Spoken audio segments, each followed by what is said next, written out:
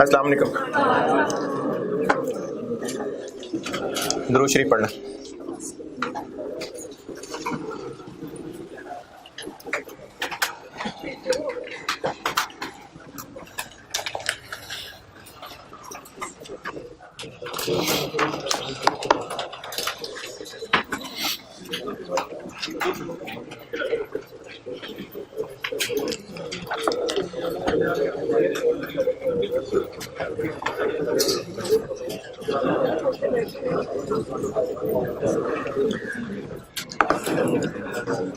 अच्छा, मैंने spring 20 discuss करने को कहा था प्रोसेस का, लेकिन ना वो सुबह मुझे सवाल पूरा कराते एहसास हुआ कि पहले ना मुझे सवाल पूरा करा लेना चाहिए, वरना ये रह जाना है, क्योंकि इसमें मसाइल हो सकते हैं आपको।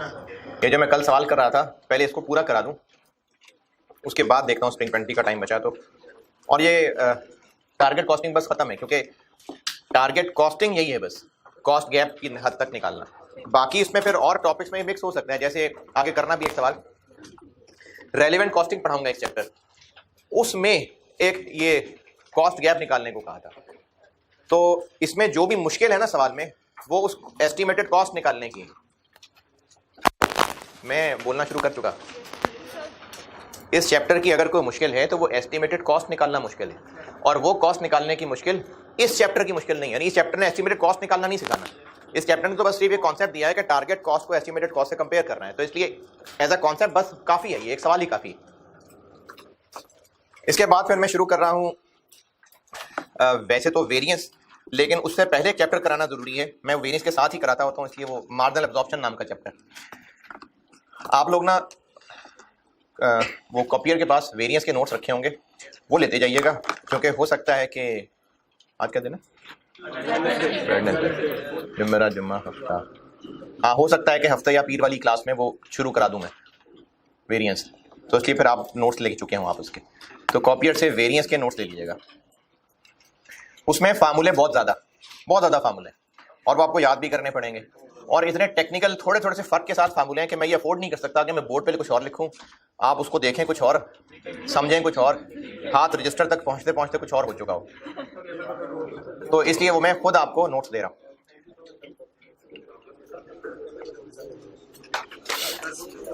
वेरिएंस एनालिसिस मैंने कहा है, इसके नोट्स ना आप कॉपियर से ले लीजिएगा। जो सवाल कल शुरू किया था वो खत्म कर लेते हैं। स्प्रिंग 2015 है?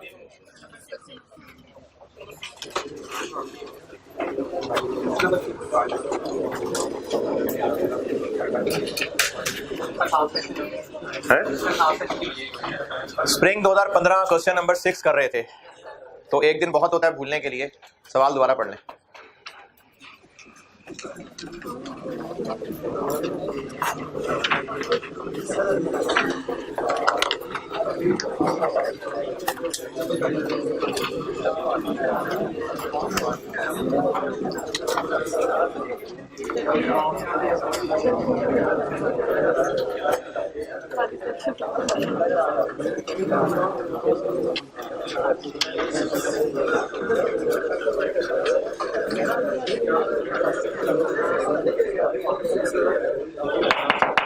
सवाल पढ़ने को कहा है तो सवाल पढ़ने को कहा है भाई।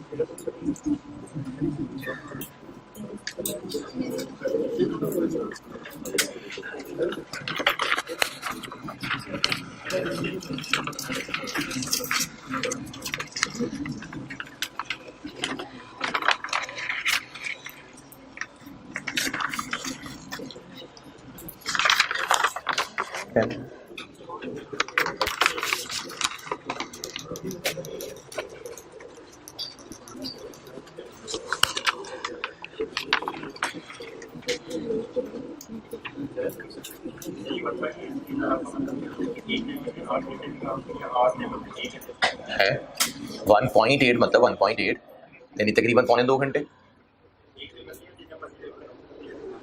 एक यूनिट बनाने के लिए 2.25 घंटे का टाइम चाहिए। एक ही बंदा होगा तो 2.25 घंटे में एक यूनिट बनाएगा, 2 बंदे हो जाएंगे तो 2 यूनिट बन जाएंगे, 3 होंगे तो 3 बन जाएंगे।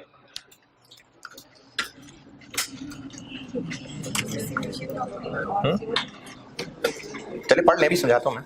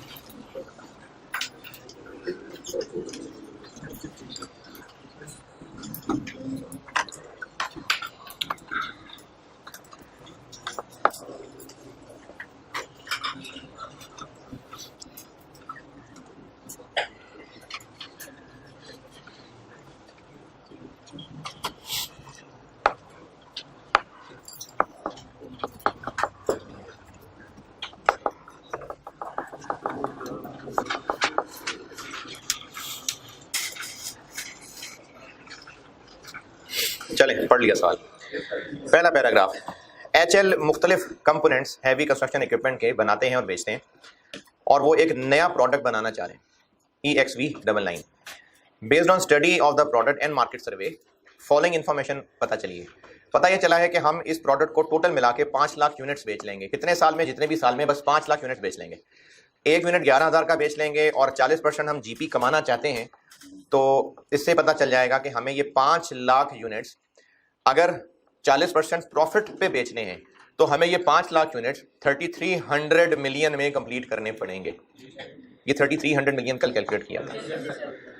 Information about cost of production of new component is as follows. ये 1 से लेके 4 तक सारा डाटा एस्टिमेटेड कॉस्ट का है। और पॉइंट नंबर 1 में लिखा हुआ है, last sentence, point number 1 last sentence, HL is negotiating with the vendor who has agreed to offer further discount। इस वजह से उसने इसकी कंटिन्यूटी में रिक्वायरमेंट में पूछा है कि बताएं हमें कितना डिस्काउंट लेना चाहिए ताकि अपना डिजायर्ड प्रॉफिट कमा सकें। ये यहाँ पॉइंट 1 के लास्ट सेंटेंस में ना कह चुका है बात। कल किसी ने पूछा था कि डिस्काउंट वाली बात कहाँ से आई, तो पॉइंट नंबर 1 के लास्ट सेंटेंस में उसने कहा है कि HL इज नेगोशिएटिंग, वो कोशिश कर रहे हैं कि किसी तरह से डिस्काउंट मिल जाए। अब कितना डिस्काउंट ये पूछा है, कितना डिस्काउंट, तो कितना डिस्काउंट, कॉस्ट गैप। तो हम लोग टारगेट कॉस्ट कैलकुलेट कर चुके, एस्टिमेटेड कॉस्ट निकाल रहे हैं, उससे फिर कॉस्ट गैप फाइंड हो जाएगा।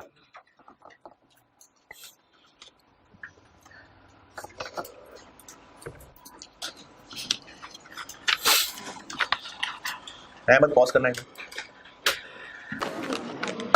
पॉइंट नंबर 1 लास्ट सेंटेंस से मैंने कहा है कि डिस्काउंट की बात चल रही है, इसलिए रिक्वायरमेंट में पूछा हुआ है कि डिस्काउंट कितना। अब हम लोग टारगेट कॉस्ट 3300 निकाल चुके थे और एस्टिमेशन कॉस्ट निकालनी शुरू कर दी थी। फॉर्मेट कोई मसला नहीं है, मैंने बस एस्टिमेटेड कॉस्ट निकालनी शुरू की थी। डायरेक्ट मटेरियल कॉस्ट में सॉल्व कर चुका था, उसका एक रिकैप दे देता हूं। हम लोग 5 लाख यूनिट्स बनाने की टोटल कॉस्ट कैलकुलेट कर रहे हैं। 3 तरह के पार्ट्स लगने हैं और उन तीनों की क्वांटिटी बताई हुई है। चूंकि वो नेट बताई हुई है यानी लॉस से नेट करके, तो हमें तो खरीदना है, खरीद के लाके इनपुट करना है, तो हमें तो ग्रॉस ही इनपुट करना पड़ेगा और हमारी वही कॉस्ट होगी। तो इसलिए Y और Z को 0.94 से डिवाइड करना पड़ा था। 5 लाख पूरे यूनिट की कैलकुलेशन कर रहे थे, इसलिए 5 लाख इनटू ये जो क्वांटिटी दी हुई है और आगे जो उनकी प्राइस दी हुई है। उसके बाद इसमें 15% ड्यूटीज ऐड की थी, यहां तक किया था।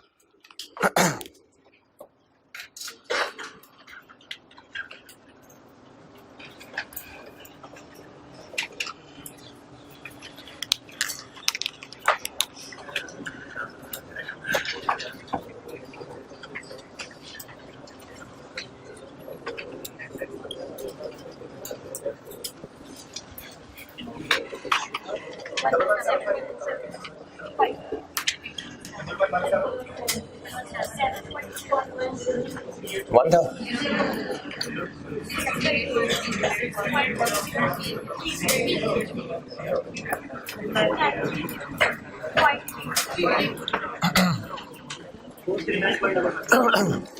फिर इसमें 15% ड्यूटीज ऐड की थी, 439 पॉइंट।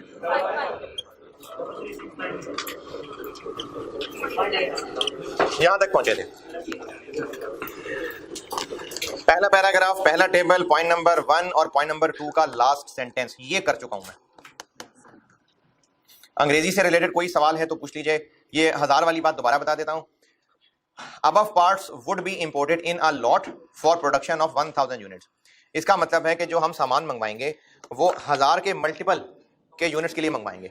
मिसाल के तौर पे अगर ये जो 5 लाख लिखा हुआ है ये 4,99,980 होता तो हम फिर पूरे 5 लाख ही का सामान मंगवाते, क्योंकि ये एज अ पॉलिसी हम कम से कम 1000 यूनिट्स के लिए सामान मंगवाया करेंगे।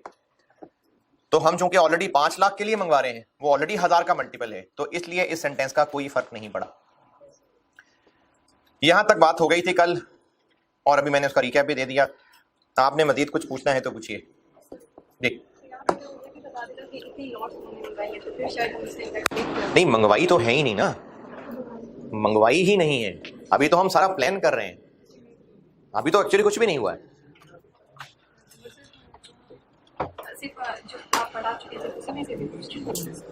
जैसे नहीं, सवाल में जो आगे नहीं वो तो भी कराने लगा ना।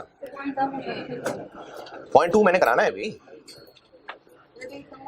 क्या अगर ये कम होता 5 लाख ना तो फिर कम देंगे, मतलब अगर हम वाले 5 लाख को लेके कि 5 लाख से कम कमाओ, जैसे देखो 499 होती है मैं 5 लाख। ये जो पॉइंट नंबर नहीं, ये जो पहले टेबल के अंदर लाइफ टाइम सेल लिखी हुई है 5 लाख यूनिट्स, तो हम 5 लाख यूनिट्स की कैलकुलेशन कर रहे हैं।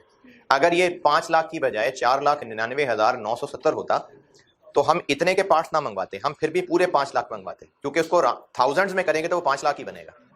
तो चूंकि ऑलरेडी 5 लाख थाउजेंड्स में मल्टीपल है, इसलिए सवाल पे फर्क नहीं पड़ रहा। जी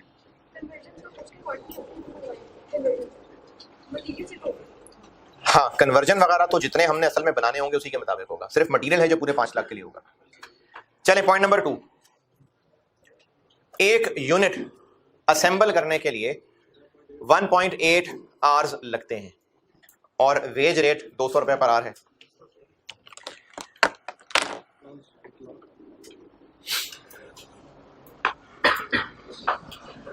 अच्छा, इस पॉइंट की अंग्रेजी समझाता हूं, उससे पहले एक बात समझें। बैंक की टाइमिंग्स क्या होती है? 9 to 5। ये 9 to 5 टाइमिंग्स किसके लिए है? कस्टमर के लिए है। जो बैंक में एम्प्लॉय होता होगा उसके लिए टाइमिंग 9 to 5 होती होगी? नहीं। क्यों?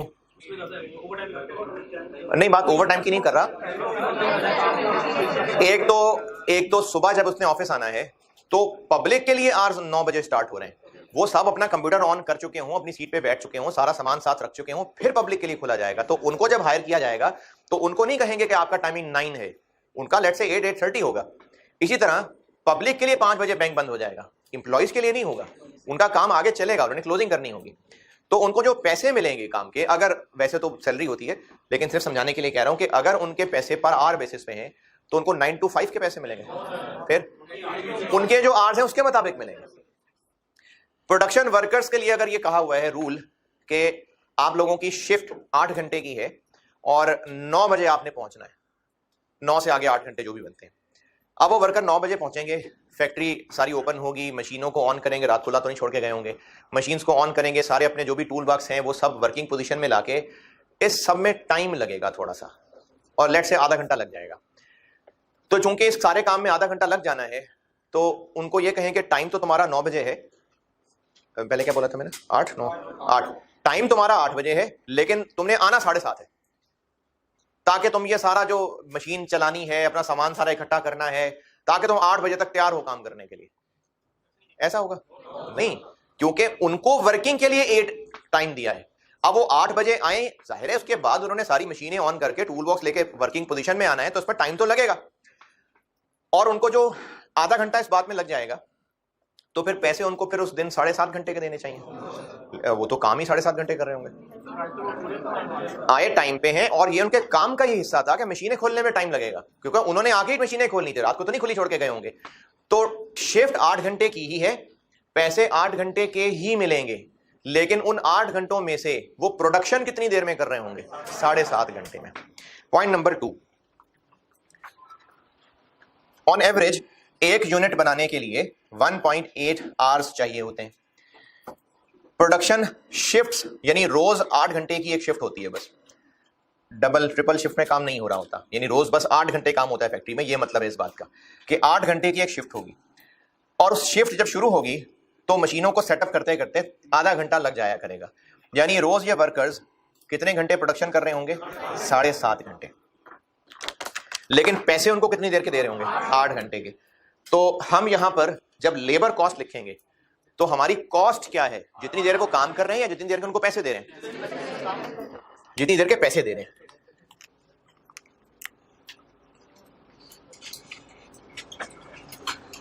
मैं तो करता हूं ब्रैकेट में, पहले समझा रहा हूं।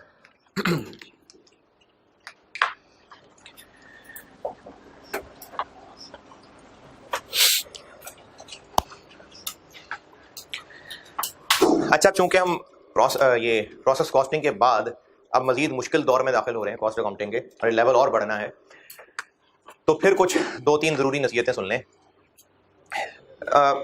एक तो ये कि इस सवाल में भी आज आपको एहसास हो जाएगा कि जो चैप्टर हम पढ़ रहे होते हैं, जब तक वो चैप्टर चल रहा है आप उसके सारे लेक्चर्स रिवाइज करके आया कीजिए।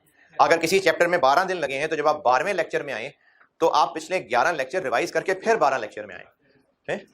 ये वाली लाइन होगी पूरी, तो इधर कर देना।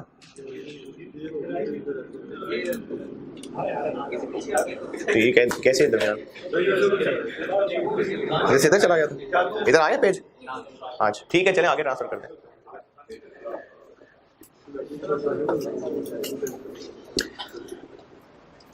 जब तक एक टॉपिक चल रहा है आप उसके लेक्चर सारे क्यूमुलेटिव रिवाइज करते रहेंगे ना, तो उससे फायदा ये होगा कि बार बार रिवीजन से वो कॉन्सेप्ट सारे पक्के होने शुरू हो जाएंगे। अगर आप रिवाइज करना छोड़ देंगे तो जैसे जैसे हम उन चैप्टर्स पे जाएंगे जिसमें सारे पुराने पढ़े हुए मिक्स हो रहे होते हैं, जैसे डिसीजन मेकिंग में कहीं किसी हम मटेरियल की कैलकुलेशन कर रहे होंगे जो आपने पहले सीखी थी, कहीं ओवरहेड्स की कैलकुलेशन आ जाएगी, जैसे आज आएगी ओवरहेड्स की कैलकुलेशन, कहीं लेबर लर्निंग कर्व आ रहा होगा। तो जब सारी चीजें मिक्स होने लग जाएंगी फिर आपको होगी परेशानी कि तो सारा भूल गया। तो ये आगे मुश्किल वक्त आना है, आप साथ साथ रिवाइज करते चलेंगे तो उससे वो पक्के रहेंगे कॉन्सेप्ट। दूसरी नसीहत, सुबह क्योंकि एक बच्चे ने बात की तो मुझे लगा फिर आपको भी कहना चाहिए, ताकि आप लोग भी अगर ऐसा सोचते हो तो मैं आपको फिर से एक्सप्लेन कर दूं। बच्चे ने कहा कि आप जब कॉन्सेप्ट समझाते हैं तो एक बात को फिर आप एक और एंगल से बता देते हैं, फिर एक और एंगल से बता देते हैं, तो इससे तो हम कंफ्यूज ही होते रहते हैं। देखें, जब आपको किसी चीज का कॉन्सेप्ट क्लियर करना है तो वो ऐसे ही क्लियर होता है। मैंने पहले भी कहा था कि मैंने बताना बहुत कुछ है, उसमें से जो जितना हासिल करता जाए वो उसकी हिम्मत है। मैं अगर सिर्फ और सिर्फ टू दी पॉइंट आसान आसान बताऊं कि चलो सारे खुश हो जाएं, पेपर में सवाल टेक्निकल आ गया, फिर क्या करेंगे आप लोग? तो मैं जितना आपको कॉन्सेप्चुअल बता रहा हूं, फालतू बातें तो नहीं कर रहा, कर तो काम की रहा हूं, डिफरेंट एंगल बता रहा हूं, क्योंकि जो लेवल में बहुत बिल्कुल पासिंग लेवल पे है वो इसमें से जो तरीका भी पिक कर ले उस पे बस उसी शाख पे बस चिमट जाए।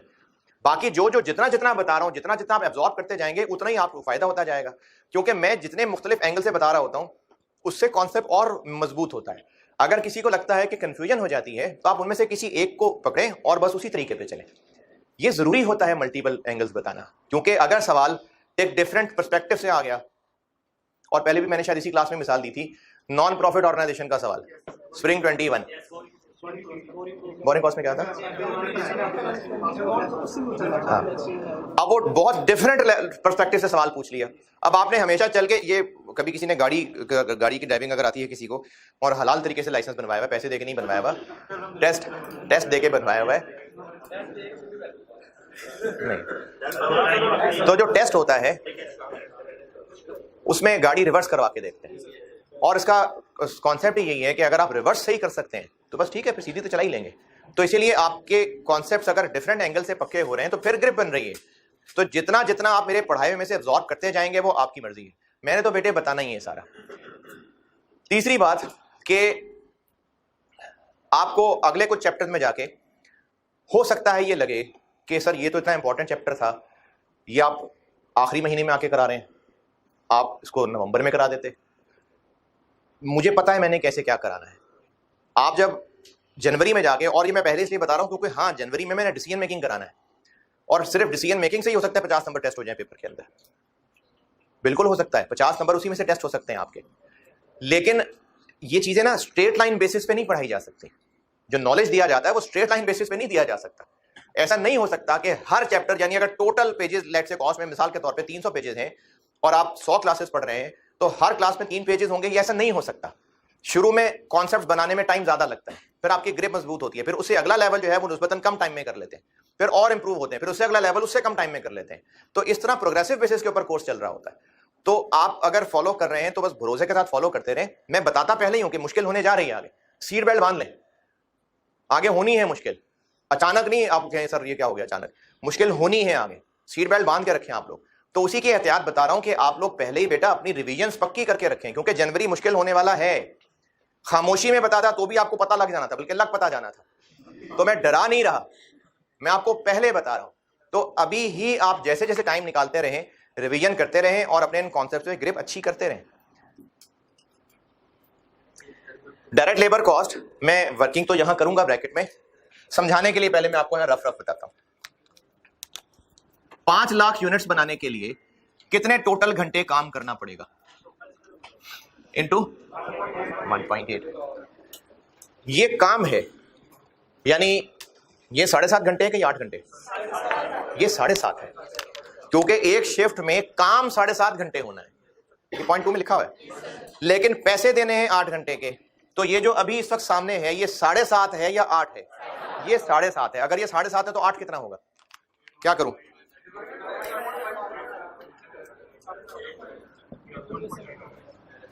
इतने टोटल घंटों के पैसे देने पड़ेंगे।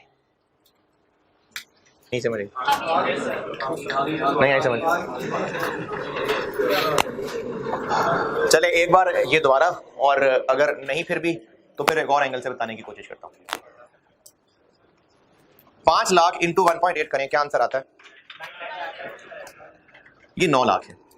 हमें इतने घंटे टोटल काम चाहिए होगा वर्कर से, लेकिन इतने काम के पीछे चूंकि वक्त जाया भी होता होगा, पैसे ज्यादा देने पड़ेंगे। तो हमारी कॉस्ट वो है जितने के पैसे देने। ये अभी इस वक्त काम है 7.5 और 8 में से ये क्या है? ये 7.5 है, पैसे 8 के देने हैं। तो ये 7.5 है तो 8 कितना होगा? Unity method into 8 divided by 7.5। ठीक है? नहीं आ रही समझ? चले फिर एक और तरीके से कोशिश करता हूं जी। चले जिनको समझ नहीं आई एक और तरीका देखें, और जिनको समझ आ गई बस उसी पे रहे। एक और तरीका बताता हूं, एक और तरीके से कोशिश करता हूं।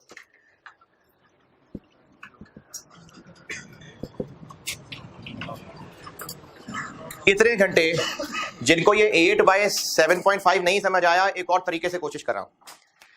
इतने घंटे काम चाहिए,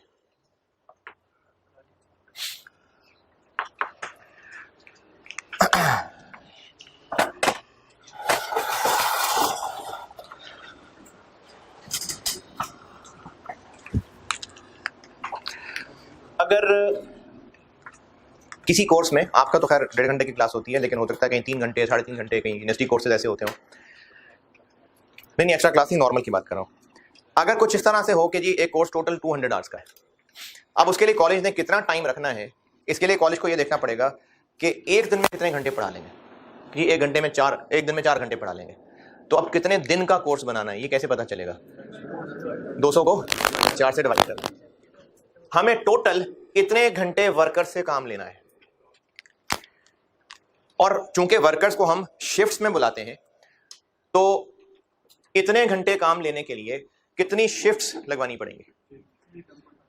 क्या करूं?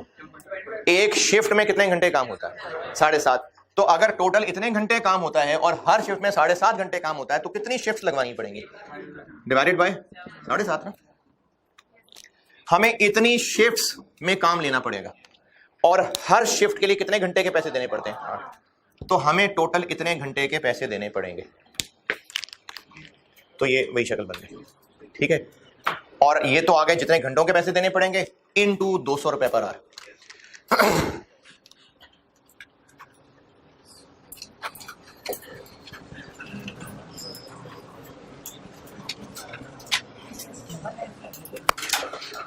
जी जी जी हाँ है? नहीं नहीं, 1 यूनिट बनाने के 1 पॉइंट आर लगेंगे और 200 पर आर देना है, पर यूनिट नहीं देना।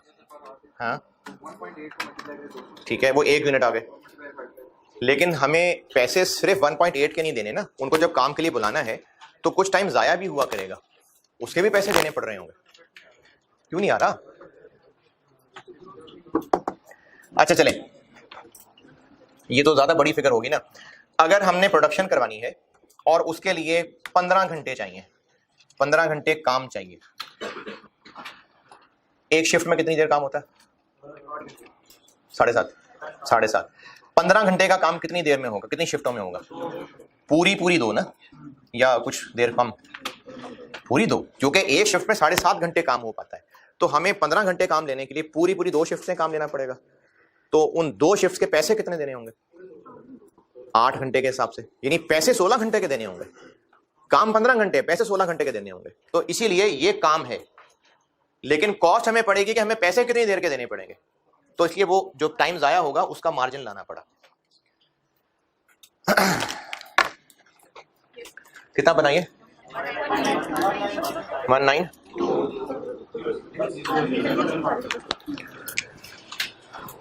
ये 192 सारे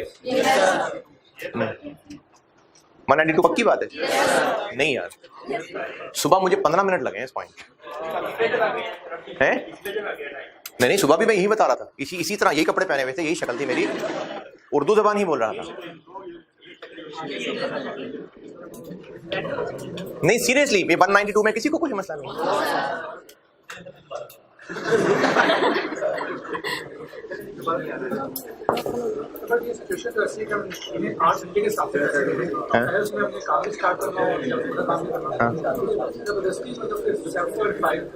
जबरदस्ती किस बात की? नहीं, क्या आप क्या कहना चाह रहे हो? ये लगने लगे 15 मिनट। हाँ जी, क्या कहना चाह रहे हो? ठीक है,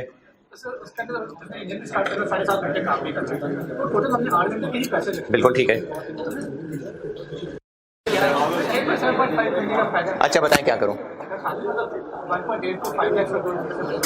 इंटू 5 लाख और 1 घंटे को 200। लेकिन 8 घंटे काम लेने के लिए उसको बुलाना ज्यादा देर पड़ता है, क्योंकि मशीनें स्टार्ट होने का भी टाइम लगता है। 7.5 घंटे काम ले पाते हैं 8 घंटे के पैसे देके। ये वो है, ये 9 लाख वो है, ये लग रहे हैं 15 मिनट, ये 9 लाख वो घंटे हैं जितने घंटे में वर्कर्स ने काम करना है, प्रोडक्टिव आवर्स। लेकिन 7.5 प्रोडक्टिव आवर्स के लिए पैसे 8 घंटे के देने पड़ रहे होंगे। तो ये सिर्फ प्रोडक्टिव आवर्स हैं। अगर आप इसी को इंटू 200 कर देंगे तो उसका मतलब होगा कि सिर्फ प्रोडक्टिव आवर्स के पैसे दे रहे हैं।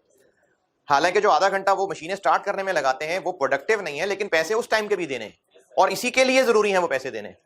तो अगर सिर्फ इतना कर लिया तो वो जो आधे घंटे वाले पैसे हैं वो कवर नहीं हो रहे इसके अंदर, इसलिए किया ऐसे है। 2 शिफ्ट तो क्या हुआ, कोई बात नहीं है, तो 8-8 घंटे की शिफ्ट ना है, तो 8 घंटे की शिफ्ट। इस सवाल में सिंगल शिफ्ट की बजाय रोज की 3 शिफ्टें होता तो कोई बात नहीं है तो 8 घंटे में 7.5 घंटे काम, चाहे वो एक दिन में 8 घंटे हो, चाहे वो एक दिन में 24 घंटे हो, है तो हर 8 घंटे में 7.5 घंटे काम। तो हमें हर 7.5 घंटे का काम लेने के लिए, इधर मुझसे बात करो यार, बात कर रहा हूं उधर उधर देखे, दोबारा पूछो सवाल, बताओ क्या फर्क पड़ेगा। ये जो इस वक्त सामने कैलकुलेशन की है, इससे बताऊं किससे बताऊं है? दोनों समझ नहीं आए, दोनों ही समझ, किसी से भी बता दूं। ये यहां पर ना ये काम किया है कि एक शिफ्ट में 7.5 घंटे काम होता है, इतने टोटल काम लेने के लिए इतनी शिफ्ट्स लगानी पड़ेंगी, नंबर ऑफ शिफ्ट्स आ गई। अब वो नंबर ऑफ शिफ्ट्स हम अगर एक दिन में एक शिफ्ट लगाएंगे तो उतने दिन लगेंगे, अगर एक दिन में 2 शिफ्टें लगा रहे होंगे तो दिन कम हो जाएंगे, एक दिन में 3 शिफ्टें काम हो रहा होगा तो दिन और कम हो जाएंगे। लेकिन दिन तो हम ले ही नहीं रहे, यहां पर हम तो आवर्स ले रहे हैं। हमने वर्कर्स को पैसे देने हैं इतने घंटों के, अब उतने घंटे वो काम हम उनसे 2 साल में ले लें, 2.5 साल में ले लें, फर्क नहीं पड़ रहा। हम दिन नहीं यूज कर रहे हैं यहाँ पर, बस आवर्स यूज कर रहे हैं। तो इसलिए फर्क नहीं पड़ रहा कि एक दिन में 2 शिफ्ट हैं कि 1 शिफ्ट है। FOH क्या जी? पैसे 9,60,000 के दे रहे हैं, काम वो 9,60,000 घंटों में 9 लाख घंटे कर रहे होंगे। FOH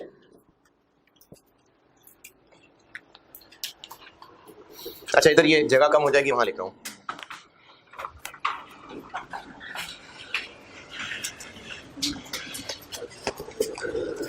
ये इसी में आगे मैं यहां चल रहा हूं।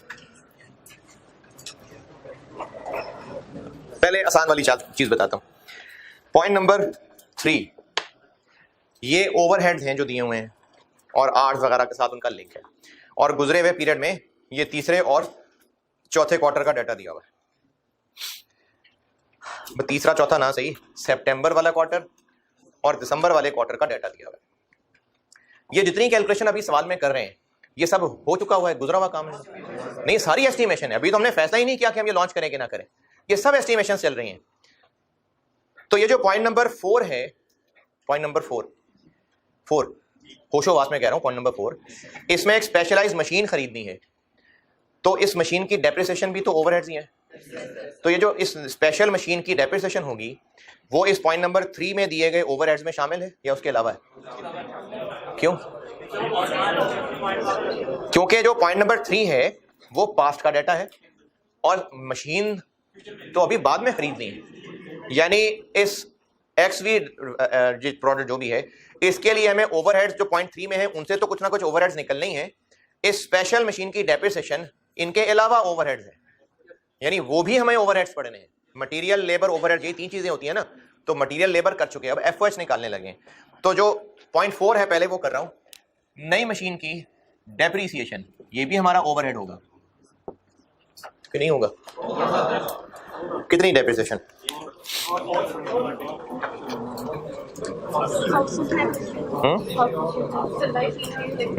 क्या बात? लाइट नहीं दी हुई क्यों? तो हाँ, तो 1 साल की डेप्रिसिएशन नहीं लेंगे हम। यहां पर कोई 1 साल की थोड़ी कर रहे हैं कैलकुलेशन, हम तो इस प्रोजेक्ट की पूरी लाइफ कर रहे हैं। तो ये स्पेशल प्लांट है, इसी के लिए इस्तेमाल होना है, तो सारा इसी को ही डेप्रिशिएट होगा। अगर 5 साल का काम हो रहा है सामने तो उसमें 5 साल पे डेप्रिशिएट होना है। ये 10 साल वाला काम हम कर रहे हैं तो 10 साल पे डेप्रिशिएट होना है। हम ये काम कोई ईयर का तो कर ही नहीं रहे, हम तो टोटल लाइफ का काम कर रहे हैं। तो इस पूरे के पूरे प्लांट ने डेप्रिसिएशन के नाम से हो जाना है चार्ज, तो ये पूरा का पूरा 1.5 ही डेप्रिशिएट हो जाएगा। देखिए, हम कोई 1 साल की थोड़ी कर रहे हैं वर्किंग, हम तो इस प्रोडक्ट के पूरे 5 लाख यूनिट्स की कर रहे हैं। और ये भी एक खास वजह थी कि मैंने इसको पर यूनिट की बजाय टोटल कर लिया। वैसे तो ये भी कोई बड़ी वजह नहीं है, डेप्रिसिएशन भी पर यूनिट निकाल सकते हैं, लेकिन वो अच्छी नहीं लगेगी पर यूनिट डेप्रिसिएशन। तो इसने चूंकि पूरा का पूरा इस प्लांट ने इस प्रोडक्ट के लिए ही इस्तेमाल होना है, तो ये सारा इसी ही खाते में डेप्रिशिएट होगा। तो हम इस वक्त कैलकुलेशन कर ही टोटल लाइफ की रहे हैं, इसलिए पूरा 1.5 डेप्रिसिएशन में आ जाएगा जी।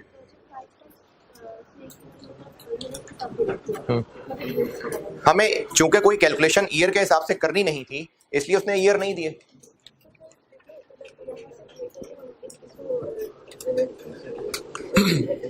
क्या करें?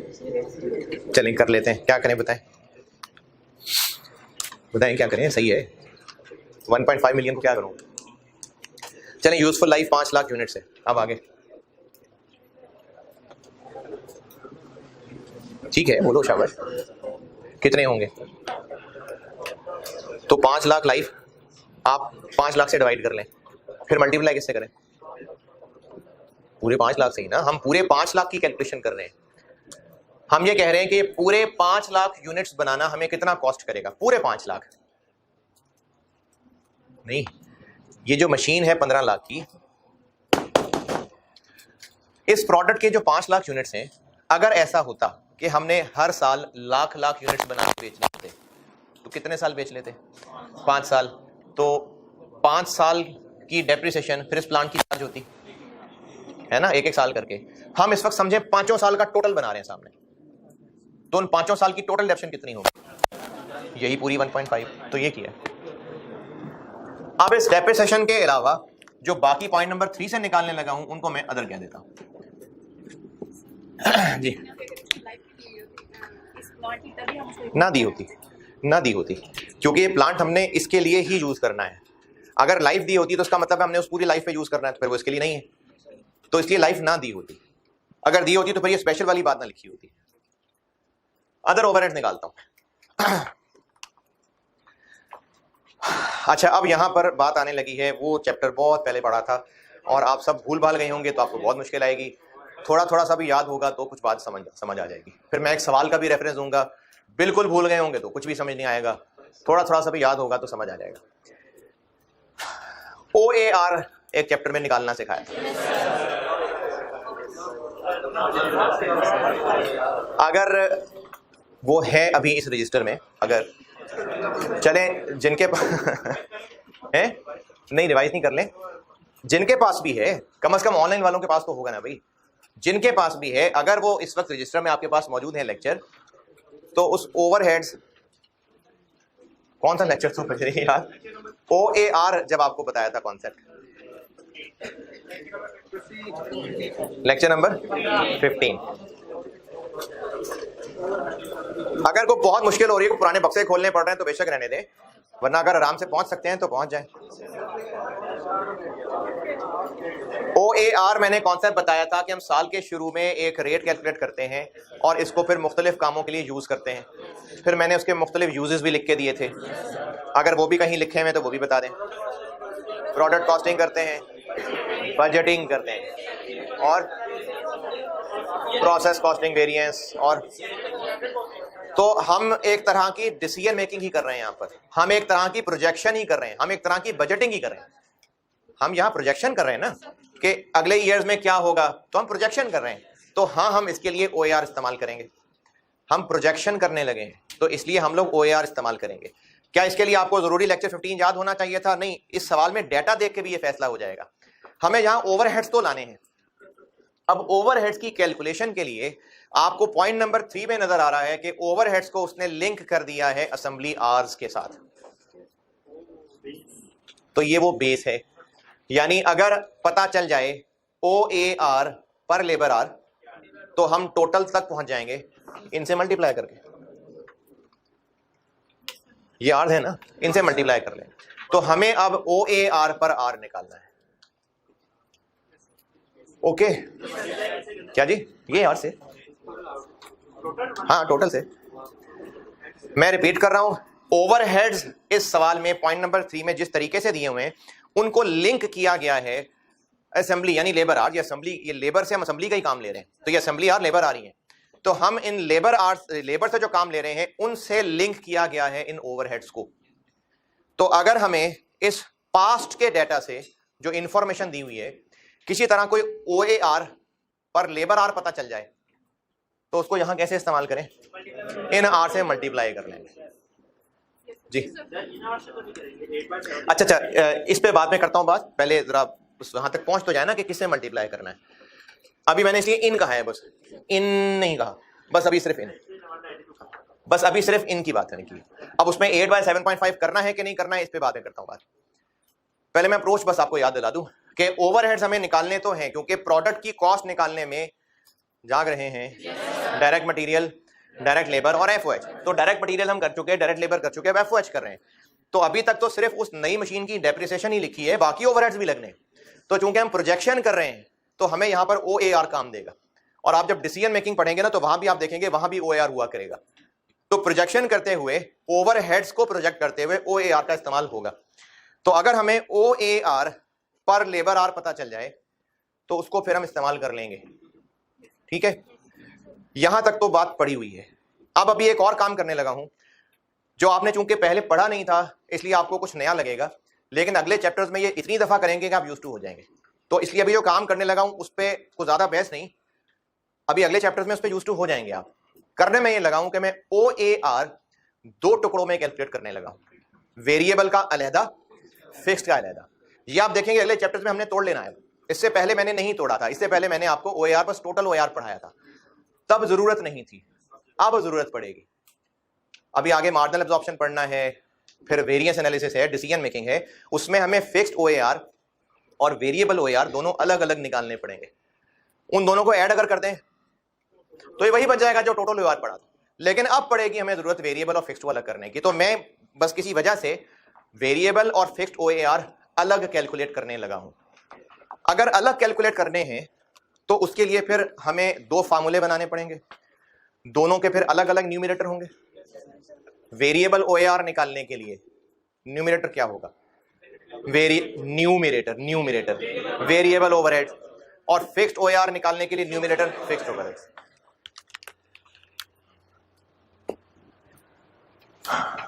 अच्छा, अभी आप एक नोट चाहे अभी लिख लें, बल्कि ठीक है अभी लिख लें, ज्यादा इस्तेमाल मैं इसका करूंगा CVP में, एक चैप्टर पढ़ाना है CVP, तब चलें दोबारा लिखवा दूंगा।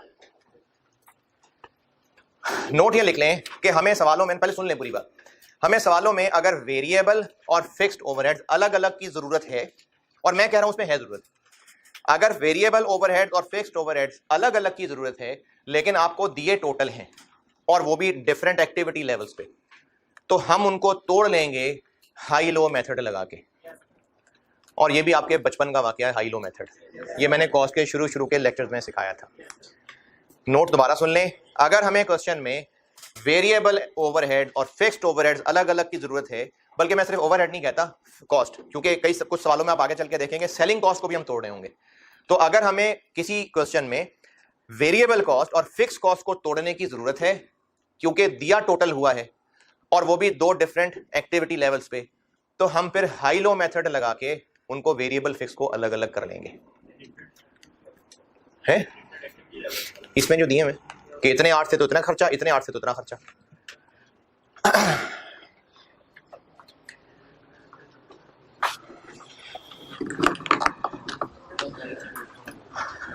वो पेज कहां तक पहुंचा?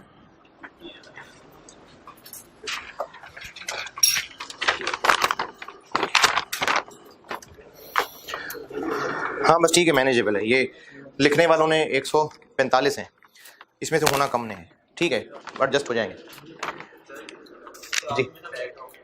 हैं नहीं तो वो उसके सीट के नीचे रख लेना ना। अब वो रजिस्टर खोलना लिखना वो तो नहीं चाहिए होगी ना जगह।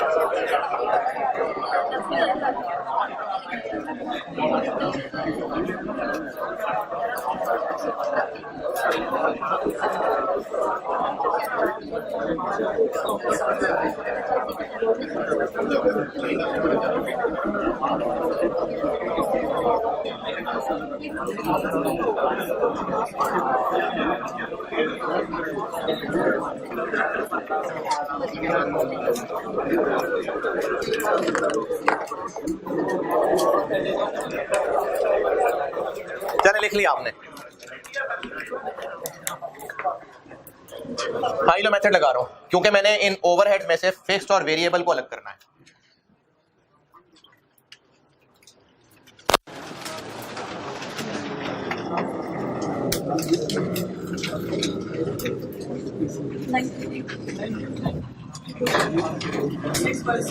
सिक्स फाइव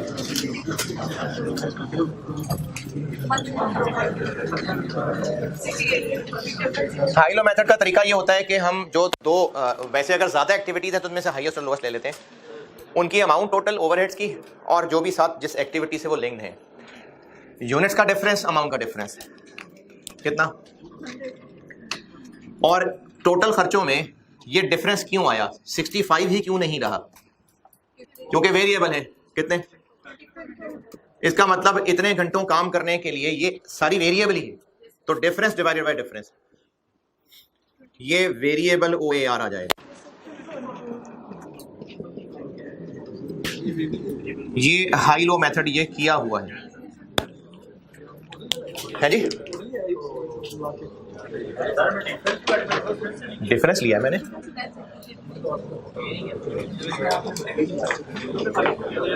इनमें डिफरेंस लिया है। हाँ तो मैंने यही किया है।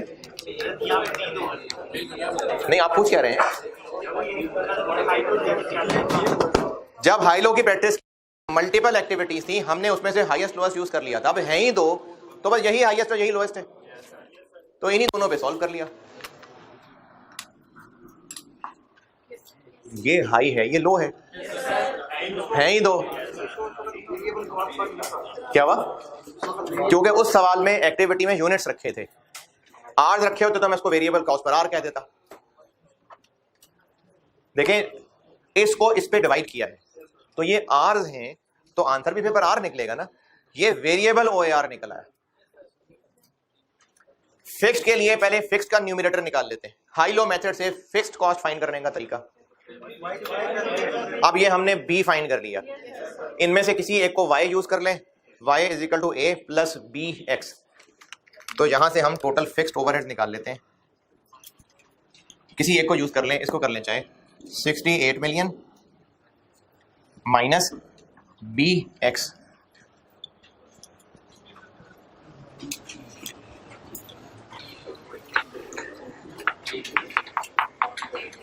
जी 4280, नहीं एक और जीरो है मेरा भाई।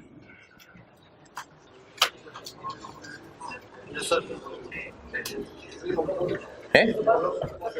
जब आप हाई लो मेथड रिवाइज करेंगे ना जिंदगी में कभी मौका मिला तो ये हाई लो मेथड में सिखाया था। क्या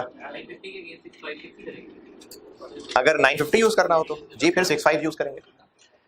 हाई लो मेथड ये था कि जो हाई लो मेथड पिक किए थे, हाई लो, उनमें क्वांटिटी का डिफरेंस, अमाउंट का डिफरेंस, ये सारा वेरिएबल ही है। इसको इससे डिवाइड करेंगे तो ये वेरिएबल ही निकलेगा। मैंने Y = A + BX से सिखाया था। अगर आप उस क्वेश्चन को ना भी कहें तो ये टोटल कॉस्ट है, इसमें से वेरिएबल माइनस कर लें तो फिर बाकी फिक्स रह जाएगी।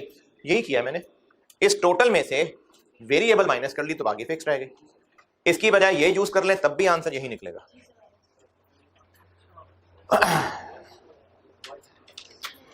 अच्छा, अब वजह इसकी अगले लेक्चर में आएगी, मोस्ट प्रॉब्ली कल या परसों।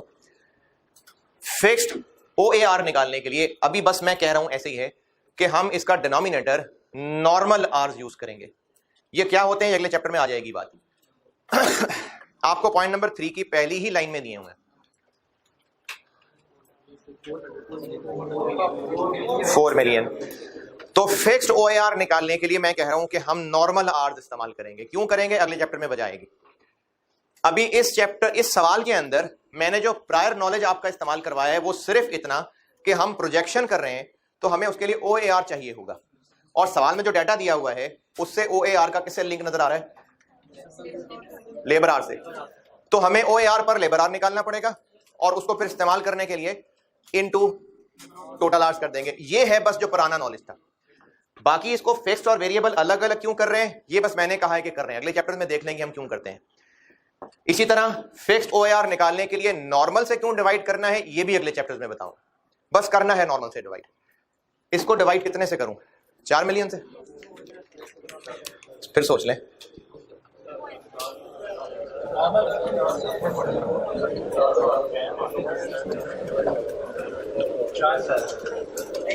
फिर 1 मिलियन से। ये इस वक्त सामने जो लिखा नजर आ रहा है ये क्वार्टर का है, जबकि 4 मिलियन क्या है? एनुअल। तो साल में कितने क्वार्टर होते हैं आजकल? 4। तो 4 मिलियन आवर्स एनुअल लिखे हुए हैं, क्वार्टर के तो 1 मिलियन होंगे, इसलिए इसको 1 मिलियन से करेंगे डिवाइड। अभी 30 मिनट्स की तो बात ही नहीं हो रही, वो तो इस पर्टिकुलर जॉब की बात थी। ये तो बस बिजनेस की वो असेंबली आवर्स हैं, और असेंबली आवर्स तो वैसे भी प्रोडक्टिव आवर्स हैं, मतलब ये वो वर्क की प्रोडक्टिव आवर्स ही हैं। ये कितना आ गया? 42 पॉइंट और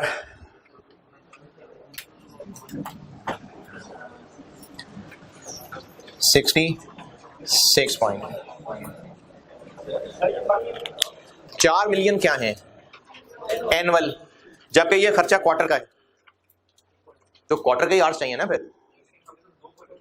नहीं, अभी इस वक्त हमने तो एक ही लिया ना, ये 42 क्या दोनों का मिला के टोटल है?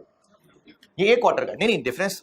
ये 42.8 मिलियन फिक्स्ड ओवरहेड्स निकले हैं 6 महीने के, एक क्वार्टर के। मैंने एक क्वार्टर का डाटा लिया था, तो ये एक क्वार्टर के ओवरहेड्स हैं। तो पर आवर बनाने के लिए डिवाइड भी तो एक क्वार्टर के आवर से करेंगे ना, वो 1 मिलियन है। क्या बात? वहां तो हम बाद में जाएंगे, अभी तो OAR निकाल रहे हैं। ले नहीं ले दिया हुआ है उन्होंने, हम खुद अपनी हम क्वार्टर का डाटा यूज कर रहे हैं, क्योंकि डाटा है ही क्वार्टर का, तो फिर आवर्स भी तो क्वार्टर के होने चाहिए ना। अब ये OAR निकल आया, अब इसको करूंगा यहां इस्तेमाल। 66.8 क्या है?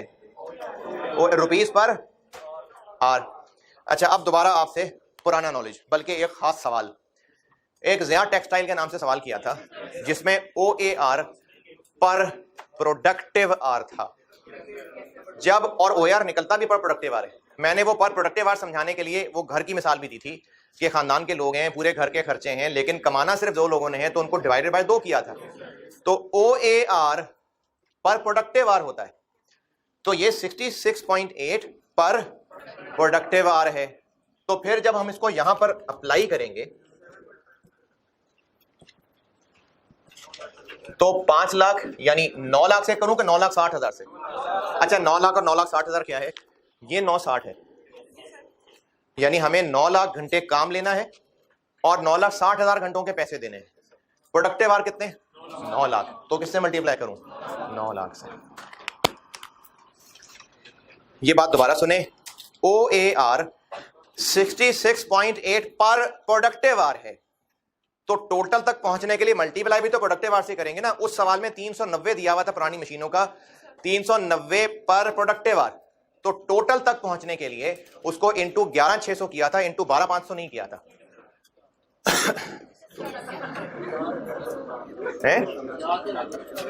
और अगर आपको फिगर्स नहीं भी याद है, मैं बोल रहा हूं अल्फाज, ये रुपीस पर प्रोडक्टिव आवर है, तो टोटल तक पहुंचने के लिए इनटू प्रोडक्टिव आवर्स।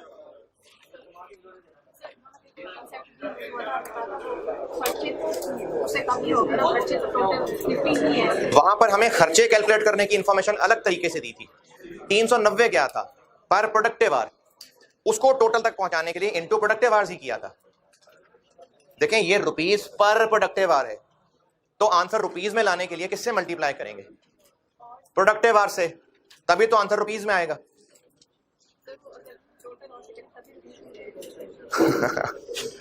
अच्छा, ये एक बाकी भी सुने बात, हो सकता है ये कंफ्यूजन किसी को हो कि ओवरहेड्स तो सारे खर्चों के होंगे, ओवरहेड्स तो सारे आवर्स के लिए होंगे, तो हम सिर्फ प्रोडक्टिव आवर्स से क्यों मल्टीप्लाई कर रहे हैं? इसका एक जवाब देने की कोशिश करता हूं। अगर OAR rupees per direct labour hour हो, अगर OAR rupees per direct labour hour हो, तो टोटल प्रोजेक्शन करने के लिए क्या करेंगे उसको? अगर OAR रुपीज 25 पर डायरेक्ट लेबर आर है, तो टोटल प्रोजेक्शन के लिए, इस सवाल नहीं वैसे कह रहा हूं, अगर OAR रुपीज 25 पर डायरेक्ट लेबर आर है, तो प्रोजेक्शन टोटल करने के लिए उस 25 को किससे मल्टीप्लाई करें? Total direct labour hours. तो जब इनडायरेक्ट लेबर काम कर रहा होगा तब भी तो ओवरहेड्स हो ही रहे होंगे, तो फिर हम उसे क्यों नहीं मल्टीप्लाई करें? क्योंकि उसकी बेस पर डायरेक्ट लेबर आर और सारे खर्चे कवर्ड हैं इसके अंदर। ये जो इस वक्त टोटल खर्चे हैं ना, हमने जब इन टोटल खर्चों को इस पे डिवाइड किया है प्रोडक्टिव आवर्स पे, तो उन टोटल खर्चों में सारे खर्चे आ गए हैं, उस आधे घंटे फारिग के भी खर्चे आ गए हुए हैं, वो कवर्ड होते हैं OAR के अंदर। लेकिन क्योंकि OAR होता ही रुपीज पर प्रोडक्टिव आवर है, तो उसको मल्टीप्लाई करने के लिए फिर प्रोडक्टिव आवर से मल्टीप्लाई करना पड़ेगा, तो इसलिए हम इससे मल्टीप्लाई कर रहे हैं। 60 पॉइंट, बस अब ग्रैंड टोटल इनका ये बन गई टोटल एस्टिमेटेड कॉस्ट है जी। अरे भाई मेरी गलती, मैंने यहां लिख दिया, उस टोटल करना है, टोटल कितना 3 6 2 3, उस सिर्फ इसका नहीं करना, इसका ये हो गई टोटल एस्टिमेटेड कॉस्ट। और कल वाली फिगर दोबारा लिख देता हूं, टारगेट कॉस्ट कितनी? 3300। कितनी कमी करनी है इसमें हमने? कॉस्ट गैप कितना? 3623 जी।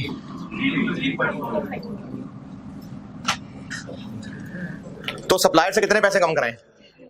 इतने, यहां तक जी जी। तो अपनी जेब से थोड़ी जा रहे हैं यार, मिलियन है तो क्या हुआ? सप्लायर से इतने पैसे कम कराने?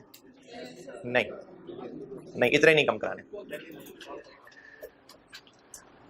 अच्छा, अभी चूंकि फिगर्स थोड़ी मुश्किल है ना, मैं समझाने के लिए ये 315 है फर्ज करें, 323 है ना, लेकिन वो मुश्किल हो जाएगा समझाना। 315 है फर्ज करें, यानी इसका आंसर लेट से 315 आया हुआ है। हम सप्लायर से 315 रुपए कम कराएं, फिर है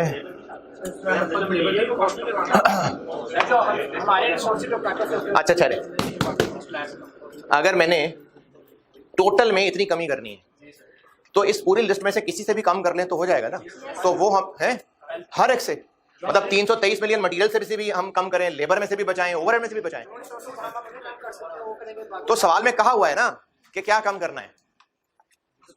हमने ये सारा पैसा कहां से बचाना है? कहां है सप्लायर से बचाने? यार कहा तो हुआ है, रिक्वायरमेंट में भी यही लिखा हुआ है, तो सारे सप्लायर से ही बचाने। अब मेरा सवाल ये है कि 323 नहीं, फर्ज करें 315 होता, तो सप्लायर से हम 315 रुपए का डिस्काउंट लेते हैं, क्यों? ठीक है शाबाश। हम सप्लायर से 315 नहीं 300 का डिस्काउंट लेते हैं, क्योंकि परचेजेस कम होंगी तो भाई ड्यूटीज भी तो कम पड़ेंगी ना।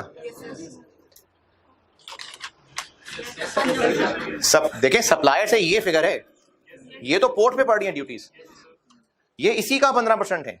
अगर हम यहां 300 की कमी कर लेते हैं तो 315 नहीं, सॉरी 345 15 नहीं 345 होता अगर ये, तो हम 300 कम कराते तो 45 खुद बच जाता, क्योंकि अगर यहां 300 हो तो ड्यूटीज डल के से 345 हो जाना है। 323 की जगह अगर 345 हो, समझने में आसानी रहेगी, तो हम सप्लायर से 345 का डिस्काउंट नहीं लेंगे, 300 का डिस्काउंट लेंगे। अब बताएं 323 का डिस्काउंट लेना है? नहीं, कितने का डिस्काउंट लेना? कैसे निकालूं?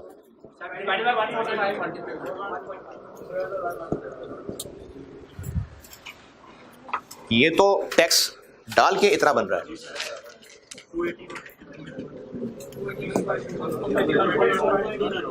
ये 100/1 कितना 281 पॉइंट इतना है जो हमें डिस्काउंट लेना है।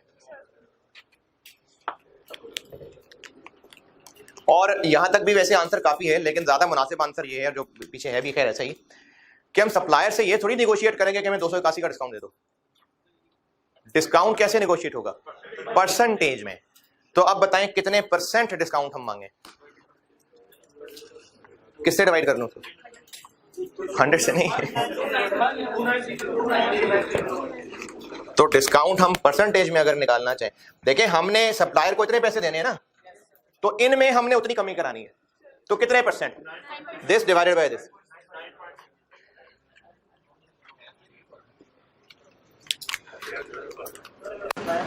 क्या हुआ? तो हमारी टेंशन नहीं है ना, हमें तो सवाल वाले ने क्या बताएं।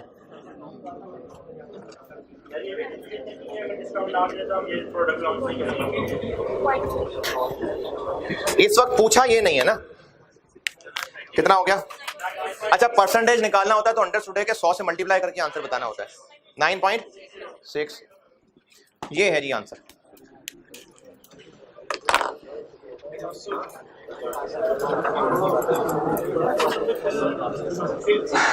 टारगेट कॉस्टिंग खत्म और है यही सवाल, यही आपने करना है, नहीं यही सवाल आपने करना है। क्या बात यार, आते की बात नहीं है, सिलेबस में है, आ जाएगा दोबारा, फिर क्या करें? यही सवाल होमवर्क है आपका, ये या ये। 281 रुपए मिलियन डिस्काउंट लेना है। हम उनसे अभी कितने रुपए की चीजें खरीदने वाले थे जिसमें डिस्काउंट लेना है? 29 की ना, तो इसमें इतने रुपए डिस्काउंट लेना है, मतलब कितने percent? This divided by this. हाँ, क्योंकि सप्लायर नहीं, आफ्टर ड्यूटी नहीं, ड्यूटी से पहले। हाँ, क्योंकि ये हमारी टोटल बचत है और हमारी टोटल कॉस्ट में ड्यूटीज भी कॉस्ट थी, जबकि सप्लायर से डिस्काउंट हम ड्यूटी से पहले वाली फिगर लेंगे। ठीक है जी, अल्लाह हाफिज।